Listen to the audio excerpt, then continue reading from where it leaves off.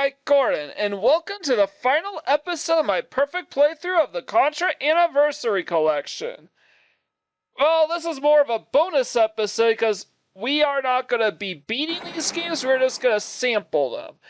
All we have left to do is to take on the Probotector games, which are Super Probotector and Probotector. Now, Super Probotector Alien Rebels is basically Contra 3 Alien Wars released in PAL territories. The difference is they replace all the humans with robots. I think it has to do with, I don't know. Probotectors are fighting robots that were developed in top secret by a special scientific mechanized unit. It is the year 2636. Once again, the aliens who lost in battle to the Probotectors have regained their full strength and have begun a large-scale invasion. Humans are mere ragdolls in the face of the aliens' overwhelming resources, scientific capability, and powerful life force. 6 months later, two fighting robots appear in the devastating city controlled by the aliens. The strongest Probotectors in history. Yeah, I'm not gonna bother listing their names. So yeah, they don't just replace all. Now, something I realized by selecting Turbo, yes, you're playing on the same frame rate as Contra 3 Alien Wars, but however, it's also gonna end up speeding up the gameplay a bit. Here's the thing. There's a difference between a video that runs 30 frames per second and 60 frames per second. It does not slow down the video itself. All it does is that it determines how fluid or choppy the filming is. The Alien Wars begin. It's time for revenge. Let's attack aggressively. Super Probotector Alien Rebels. So this game more or less has the same exact story. So the Probotector games basically have vastly different stories from their original counterparts, but it's otherwise the exact same game. And I do think the reason they replace all the humans with robots, I think I don't know the exact reason why they did this for PAL or for North America, for like UK, European territories. But if I had to venture a guess, it was like there's likely some what is it? There are probably some. How should I say? There's likely some codes of. Probably having humans shooting at and killing each other in droves was probably seen as violation of certain codes and guidelines. It's worth noting too that in the UK, they will actually hit their games with their media with far worse ratings for violence as opposed to swearing or sex, as opposed to sex or swearing. So probably in order to make this game, so if I had to venture a guess, in order to make it so that kids could play this game and not get in trouble, all the humans were replaced with robots. And the story changes were just done in order to keep everything lined up. This even goes into the NES Contra titles. Those were also reskinned as Probotector games as well. For some reason, the NES Probotector games and the Game Boy Probotector games Probotector game was never released. Or if they exist, assuming they were a thing, they were never given a proper release. I don't know their actual titles though. Man, I'm just trying to kill these things and they keep respawning.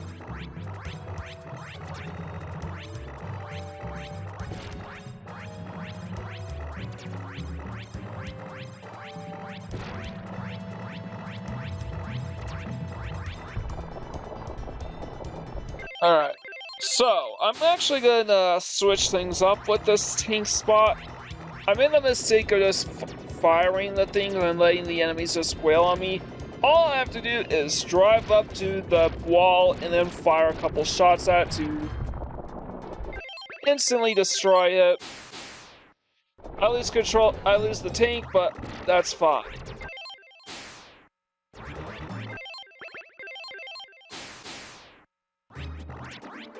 But yeah, this game is so bloody frustrating.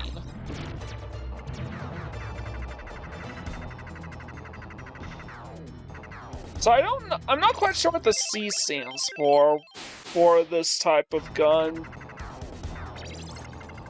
But I do think it's, if I had to venture, I guess it's like a rapid fire type of gun, but I don't know what the C stands for. Making use of the barrier, run past those, just keep running.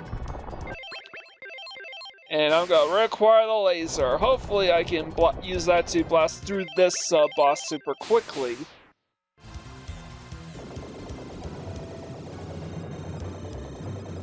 So yeah, I do think there were some European standards that basically would condone the level of violence that Contra had with two guys that look like Arnold Schwarzenegger and Sylvester Stallone mowing down bad guys in droves, so they decided to replace everything with robots, and suddenly this extreme levels of violence was seen as A-okay for the kids to play.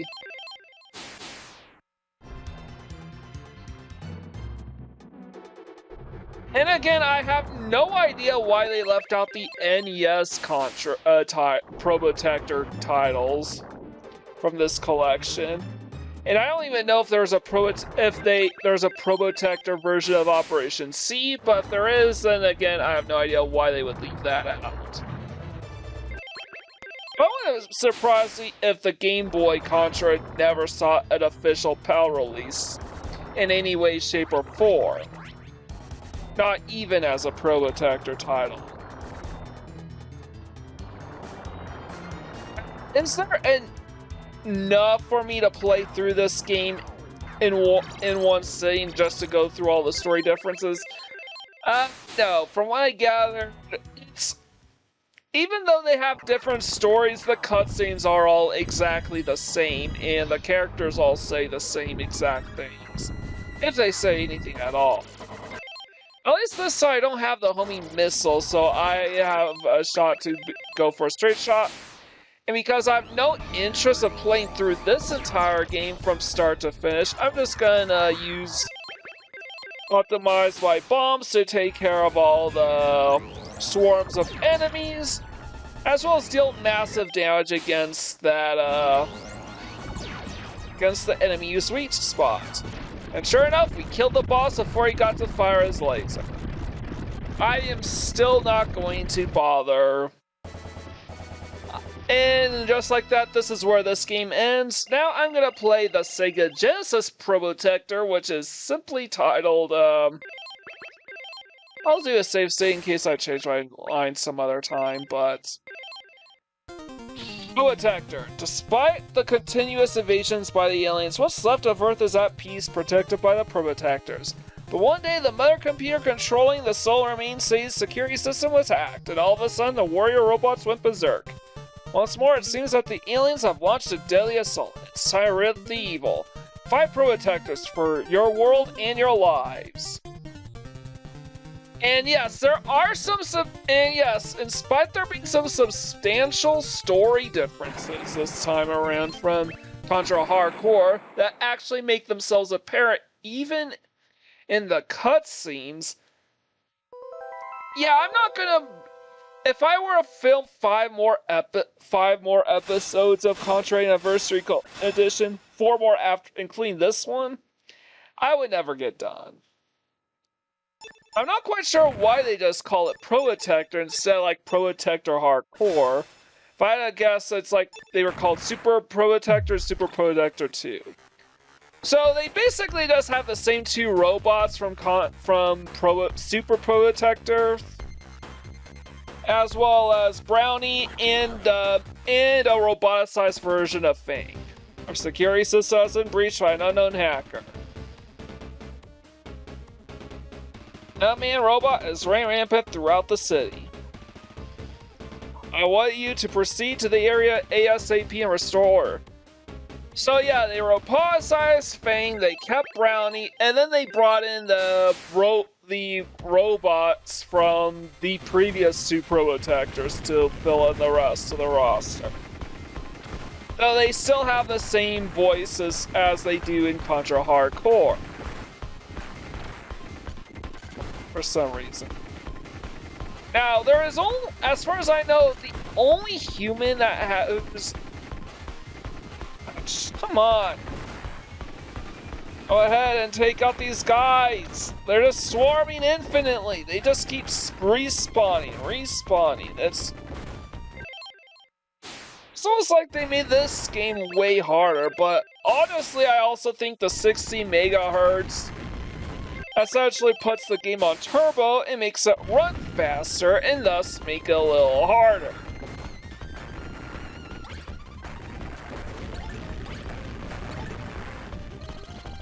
Again, 60 megahertz and 50 megahertz is not the same thing as recording on 60 frames versus 50 frames per second. It just tells you how much the game is running. And because this is Probotector, having it run at 60 megahertz as opposed to 50 means the game runs faster.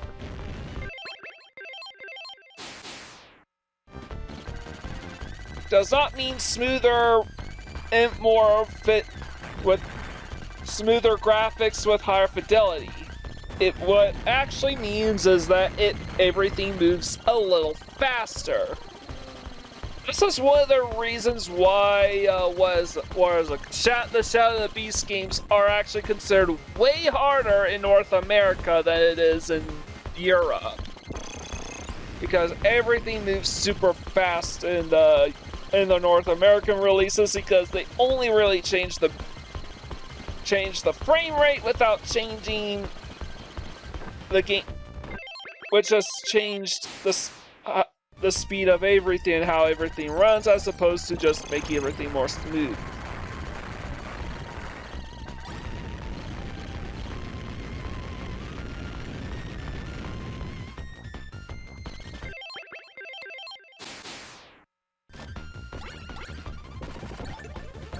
Now I have the full set that Ray would have carried. So again, I don't want to beat this game 4 times after just being Contra Hardcore. I think I'm kind of checked out with Contra. So yeah, this is why I just call this a bonus episode, as opposed to a proper finale episode. That was last time. So first big difference, there's actually no dialogue exchange. There's no dialogue exchange during this cutscene. This goes straight into the action.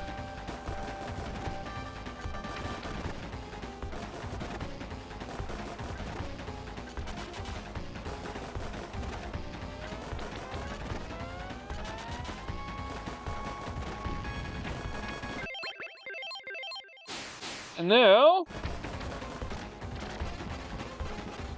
go phase 2.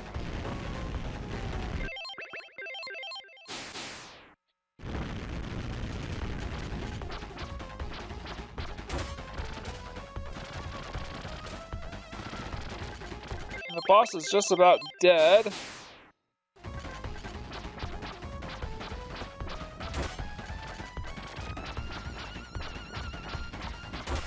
Come on. Yeah, he's tanking these hits quite well. Alright, now we beat him. Instead of Dead-Eye Joe, what are you? Hey, why don't you come here and find out?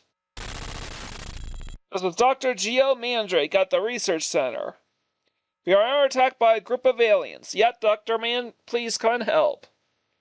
Blast, what should I do? No swearing this time around, and though Dr. Mandrake is probably the only human that's retained in this game.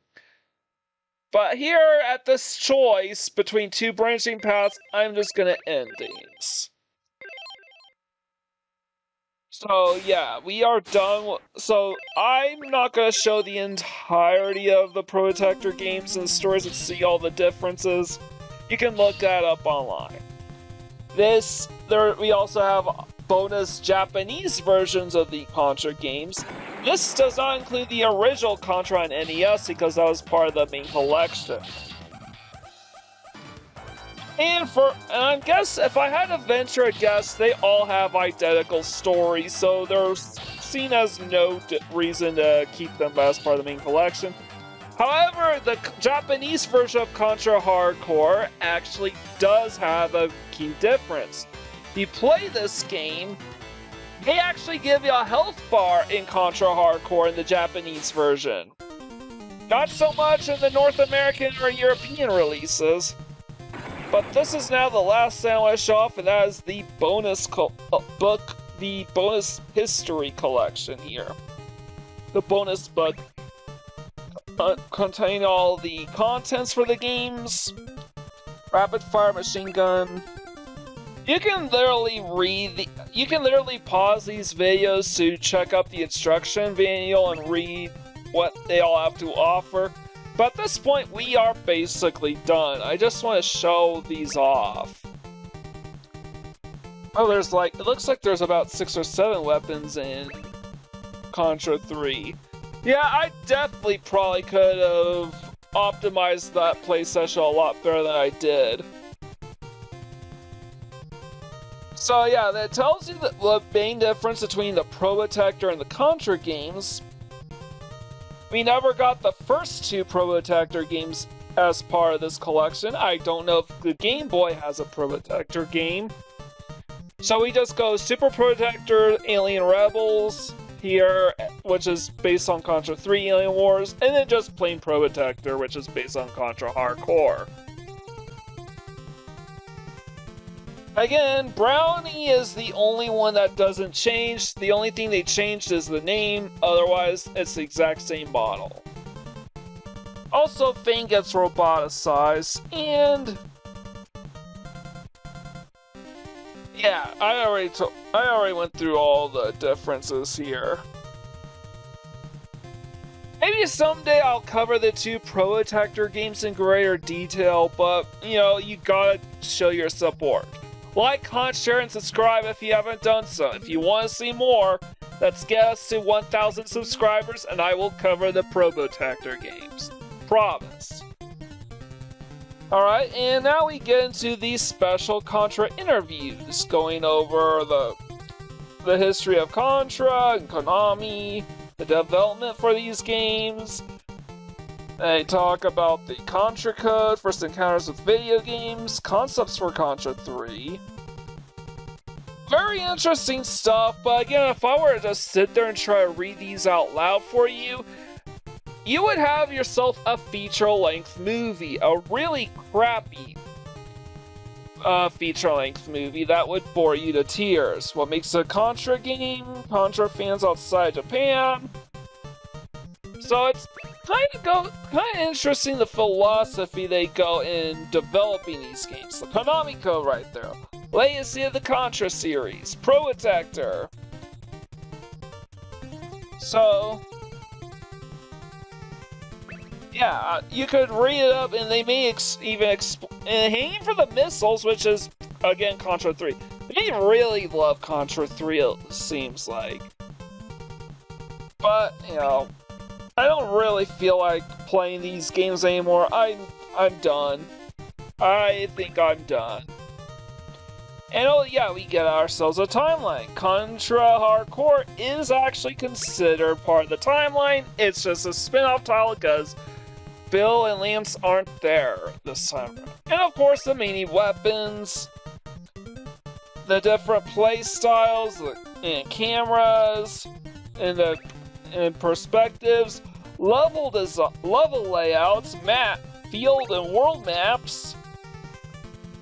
Honestly, it's very fascinating stuff, and it's pretty much makes the Contra Anniversary Collection a must-have collection.